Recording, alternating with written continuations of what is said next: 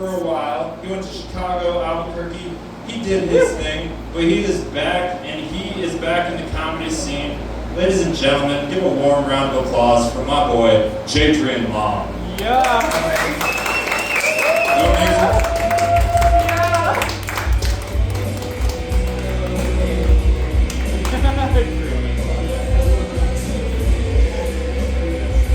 Hello! It's great to see you. Give it up for yourselves. Give it up for Black Heron. Hope you're excited for the show. I am no longer hungover. All right, cool. Because I am drunk again. Thanks for guys. No, and last night I pissed my shirt. All right. Do you realize how drunk you have to be to piss your shirt? I woke up this morning and I was like, I have apologies to make. and I worry about it. I worry about it, you guys. I want to be more responsible because I have a daughter, and that's worrying to some of you. And it should be. No, it really should be. I want to be more responsible towards her. I want to cover things. I want to talk to her about things. And honestly, I'm probably more open than I should be. I really am. This morning, I picked her up hungover, and her teacher came out and was just like, hey, your daughter's going to win an award tomorrow. And I was like, that's fucking sick, bro. That's fucking dope. And I was like, I might still be drunk. I might still be kind of drunk, dude. I worry about when she grows up, and I have to give her the drunk talk. You know, I have to let her know. I'll be dropping her off at school one day, and I'll be like, listen, sweetheart. Someone might, at some point, offer you a line of some white powder. And if I've taught you anything, drugs are expensive. So if you'll bring that right back home to Daddy, that'd be sick.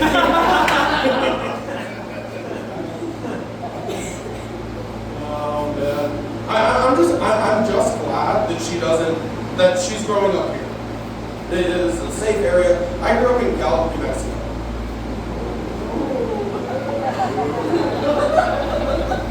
Yeah, that's exactly what that deserves. That's 100%. You guys are right. Congratulations.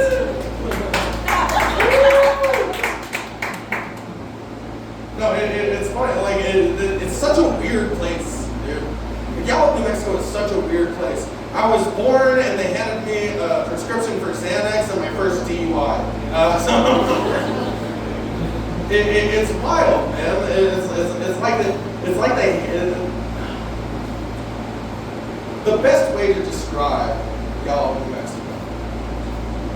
I took my friends on a tour of the town. And when I say tour, it was mostly, I did drugs there. That's where I used to play Little League. After I did all those drugs. I was growing up in Gallup, New Mexico. It was hard. It was hard to deal with emotions. It's a very depressing place. I think you all get that already. But I wasn't able to talk to my family about any of it. It's just a different culture. We're still back in the 80s, dude. If I mentioned to my family that I was depressed, the only thing that happened is I had an uncle. He took me into a room. He was just like, all right, I need to talk to you. Obviously, you're going through some stuff. And he took me into a room. And he was like, take this sage. Alright, you guys get it. Take this sage, and you're going to sage all four walls of your room. Next, you're going to take this corn pulp, and you're going to spread it across all four walls of your room. This next part is the most important part. You're going to need to drink these 4 locos.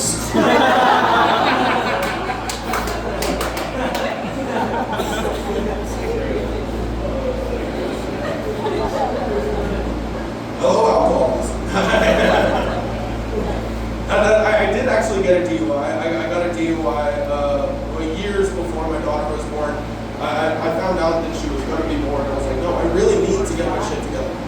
So I turned myself in. I was like, okay, I'm going to go to jail. And I get in there, and I'm not sure if you're able to tell this about me, but I'm what's known as a little bitch. I don't know if you've ever cried to the song Crazy Train.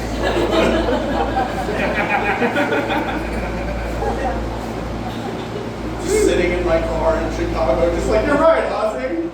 All aboard. No, but I am a little bitch. I truly am. So like I'm in the holding cell and I'm trying to like hide myself up. I'm like talking to people. They're taking bets on how long I'm gonna last. And after a couple days of like getting me processed, they finally moved me. They moved me into a cell block. And I get in there and I set up my bunk. I'm on the very top. I'm like 6 feet off the ground. And I finally get everything set up, and I immediately start to cry. I start to ugly cry. I start to cry like you're getting broken up with in a Baskin Robbins after your dad died kind of cry. Okay? And then I start crying harder because I'm crying in jail. I'm just like, I'm such a little bitch. They're gonna fucking kill me.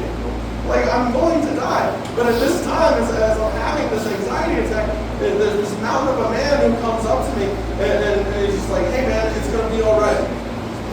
And he hands me like a sticky bun. And I'm just so grateful. I'm like, thank you so much. And he's like, yeah, you're going to be okay. Are you Native American? And I'm like, yeah. He's like, okay, you sit over there, we sit over here. And I'm like, thank you again. I just thought I had to be hard when I was in here. Like, I thought I had to be tough. And he's like, no. You can be soft when